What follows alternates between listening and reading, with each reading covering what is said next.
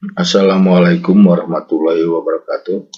Selamat berjumpa lagi dalam mata pelajaran kimia kelas 11 semester 2 mengenai larutan asam basa pada bahasan teori asam basa. Teori asam basa terdiri dari 1. Teori asam basa menurut Arrhenius.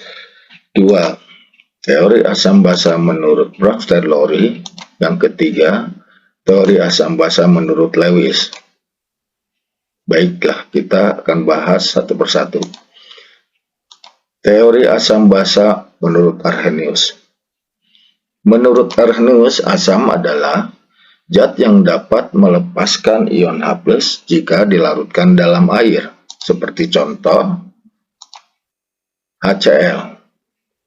Jika dilarutkan dalam air akan terionisasi, menghasilkan ion H+, ditambah berarti yang satunya adalah ion Cl-. Ingat, jumlah muatan positif dan negatif harus sama. Contoh yang kedua adalah H2SO4 atau asam sulfat. Jika dilarutkan dalam air akan terurai atau terionisasi, menghasilkan H+, berhubung H-nya ada 2, maka di depan H+ ini kita kasih angka 2. Berarti negatifnya adalah ion SO4 2-. Ingat, positif, muatan positif dan negatifnya harus sama. Yang ketiga, contohnya adalah H3PO4. Jika dilarutkan dalam air, akan terbentuk kesetimbangan menghasilkan H+. Karena hanya ada 3, maka di depan H+-nya kita kasih angka 3 ditambah PO4 3-. Ingat, muatan positif dan negatifnya harus sama. Sekarang adalah basa. Basa adalah zat yang dapat melepaskan ion OH- jika dilarutkan dalam air, seperti contoh NaOH atau natrium hidroksida. Jika dilarutkan dalam air akan terionisasi menghasilkan ion OH-, berarti positifnya adalah ion Na+. Contoh yang kedua, CaOH 2 kali atau kalsium hidroksida. Jika dilarutkan dalam air itu akan terionisasi menghasilkan ion OH-. Karena OH-nya ada 2, maka di depan OH- kita kasih angka 2, berarti ion positif adalah Ca2+. Contoh yang selanjutnya adalah aluminium hidroksida atau AlOH 3 kali. Jika dilarutkan dalam air, maka akan terbentuk reaksi kesetimbangan menghasilkan OH-. Nah, berhubung OH-nya ada 3, maka di depan OH-nya kita kasih angka 3, berarti positifnya Al 3+. Selanjutnya, dalam teori asam basa Arrhenius ada yang namanya valensi asam, simbolnya adalah A. Menyatakan jumlah ion H+ yang dihasilkan dari ionisasi 1 mol asam. Ada juga valensi basa, simbolnya adalah B, yaitu jumlah ion OH- yang dihasilkan dari ionisasi 1 mol basa. Seperti contoh HCl, karena H+-nya dihasilkan 1 ion, maka valensinya adalah 1. Nah, valensi asam 1 ini dinamakan asam monofrotik. Nah, selanjutnya H2SO4. Karena H2SO4 dalam air itu akan menghasilkan 2 ion H+, maka valensinya atau A-nya adalah 2. Maka disebut asam diprotik. Selanjutnya H3PO4 karena menghasilkan atau terionisasi menghasilkan 3H+, maka valensi asamnya adalah 3. Maka dinamakan asam triprotik. Nah, selanjutnya NaOH Karena OH yang dihasilkannya adalah 1, maka valensi basanya atau B-nya adalah 1. Nah, ini dinamakan monohidroksida, basa monohidroksida, artinya mono 1 hidroksi OH.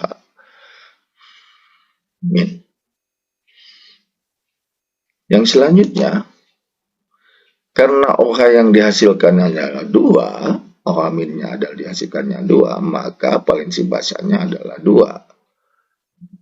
Dinamakan basa dihidroksi.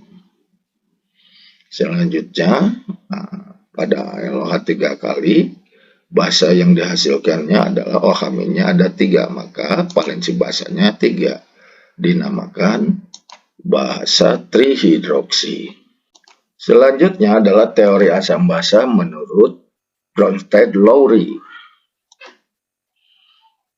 Yang disebut asam adalah spesies yang memberi atau mendonorkan proton atau H+. Setelah mendonorkan proton atau H+, atom H-nya berkurang 1. Dan terbentuklah basa konjugasi. Selanjutnya, basa adalah spesies yang menerima atau akseptor proton atau ion H+. Setelah menerima proton atau H+, maka atom H menjadi bertambah 1. Dan terbentuklah yang namanya asam konjugasi. Pasangan asam dengan basa konjugasi atau basa dengan asam konjugasi disebut pasangan asam basa konjugasi atau pasangan asam basa Bronsted-Lowry. Ciri-cirinya adalah pasangan asam basa Bronsted-Lowry hanya beda 1 ion H+. Yang kedua, jumlah H asam lebih banyak daripada jumlah H basa. Seperti contoh, HCl ditambah H2O kesetimbangan Cl- ditambah H3O+. Maka di sini yang menjadi pasangan asam basa yang pertama HCl dengan Cl- karena hanya beda 1 ion H+ atau atom H. Oke. Yang kedua adalah H2O berpasangan dengan H3O+. Karena ini juga beda 1 atom H atau ion H+. Nah, maka pasangan asam basa konjugasinya adalah 1 HCl dan Cl-. Yang kedua H2O dan H3O+. Nah, sekarang kita tentukan HCl ini apakah sebagai asam atau basa. Kita bandingkan HCl dengan Cl-. Berarti HCl ini lebih banyak jumlah atom H-nya. Maka HCl ini adalah bertindak sebagai asam. Sedangkan Cl-nya adalah basa konjugasinya. Nah, sekarang selanjutnya H2O kita bandingkan dengan H3O. Ternyata H2O itu jumlah H-nya lebih sedikit. Maka jumlah H-nya lebih sedikit dinamakan basa. Sehingga H3O+ dinamakan asam konjugasinya. Contoh selanjutnya, NH3 ditambah H2O kesetimbangan menjadi NH4+ ditambah OH-. Nah, kita tentukan dulu pasangan asam basa konjugasinya yang mana. Nah, di sini harus ingat selisih bedanya adalah hanya 1 atom H. Berarti pasangannya NH3 dengan NH4+ karena selisih hanya 1. Oke. Yang kedua, H2O dengan OH-. Ini juga selisih atom H-nya adalah 1. Maka pasangan yang kedua adalah H2O dengan OH-. Sehingga pasangan asam basa konjugasinya adalah NH3 dengan NH4+ H2O dan OH-. Jadi H2O dan OH-. Nah, selanjutnya kita tentukan apakah NH3 ini bertindak sebagai asam atau basa. Kita bandingkan dengan pasangannya NH3 dengan NH4. Karena NH3 ini lebih sedikit jumlah atomnya, maka NH3 ini kita bersifat sebagai basa.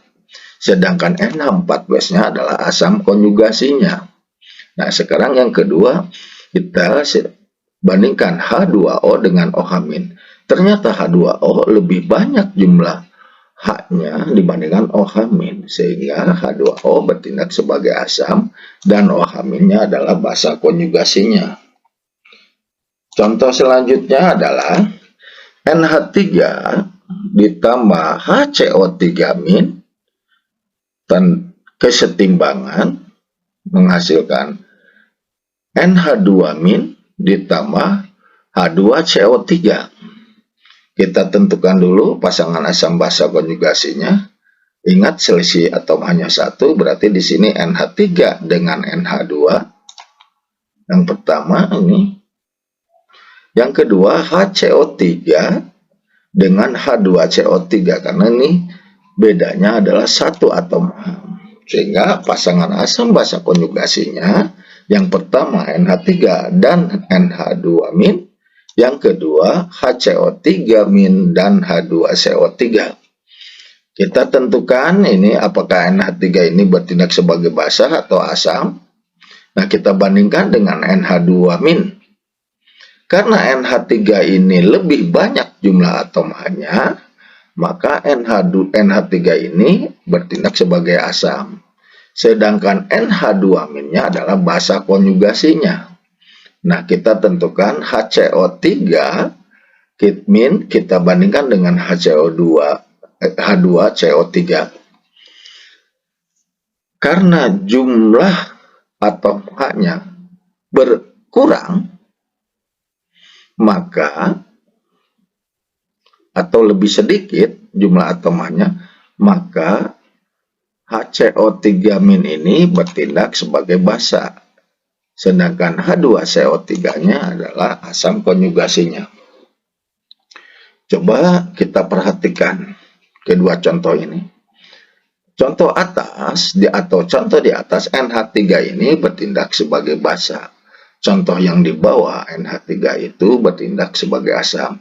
Berarti NH3 ini bisa bersifat asam atau bisa bersifat basa atau bersifat asam. Nah, senyawa yang demikian dinamakan spesies amfiprotik. Yang dimaksud dengan spesies amfiprotik adalah spesies yang dapat berperan sebagai asam dan basa, atau spesies yang dapat melepas dan menerima proton. Teori asam basa yang ketiga adalah teori asam basa menurut Lewis. Menurut Lewis, asam adalah molekul atau ion yang dapat menerima atau akseptor pasangan elektron bebas. Sedangkan basa adalah molekul atau ion yang dapat memberi atau mendonorkan pasangan elektron bebas. Karena basa ini adalah pendonor proton atau pendonor pasangan elektron bebas, berarti pada basa ini atom pusatnya harus ada pasangan elektron bebasnya. Seperti contoh NH3 ditambah BF3 menghasilkan NH3BF3. Nah, sekarang NH3-nya kita bentuk ikatannya. Nah, karena N ini mempunyai elektron valensinya 5, sedangkan 3-nya ini udah digunakan berikatan dengan atom H, masing-masing ini 1, elektron valensinya 1, 1, jadi 3, berarti si N ini mempunyai satu pasang elektron bebas. Jadi jumlah elektron valensinya ada 5, jadi 1, 2, 3, 4, 5. Nah, sekarang Bf3, karena B ini elektron valensinya adalah 3, ketiga-tiganya udah digunakan berikatan dengan F, sehingga B ini tidak memiliki pasangan elektron bebas. Jadi CnH3 ini bertindak sebagai basa, sedangkan Bf3 ini bertindak sebagai asal. Nah, di sini nanti pasangan elektron bebas pada NH3 nanti diberikan pada Bf3, sehingga terbentuklah senyawa NH3BF3. Selanjutnya adalah latihan soal. Nomor 1. Manakah senyawa berikut yang termasuk asam atau basa menurut Arrhenius? Dan uraikan reaksi ionisasinya. A. CH3COH, B. NH4OH, CH2CO3, D. BaOH 2 kali, E. H3PO3, dan F adalah FeOH 3 kali. Yang nomor 2 adalah tentukan pasangan asam basa konjugasi berdasarkan teori Bronsted-Lowry. A. CH3COH ditambah H2O kesetimbangan CH3CO- ditambah 3H3O+, yang B-nya adalah NH3 ditambah H2PO4- kesetimbangan HPO4 2- ditambah NH4+.